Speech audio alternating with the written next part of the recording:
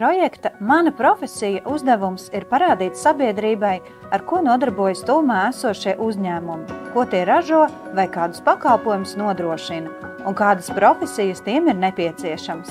Organizējot aktivitātes skolēniem, tiks sasniegta ļoti liela auditorija. Skolēni uzņems fotogrāfijas par dažādām profesijām un aicinās par tām balsot, iesaistot vecākus, vecvecākus, radus draugus, vecāku kolēģus un citus sabiedrības pārstāvjus.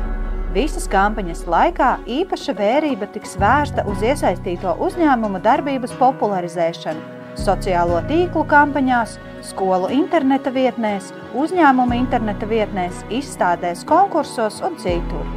Būtisks ir 300 līdz 500 eiro uzņēmumu līdzfinansējums, lai izgatavotu skolēnu darbus un uzņēmumu banerus izstādēm.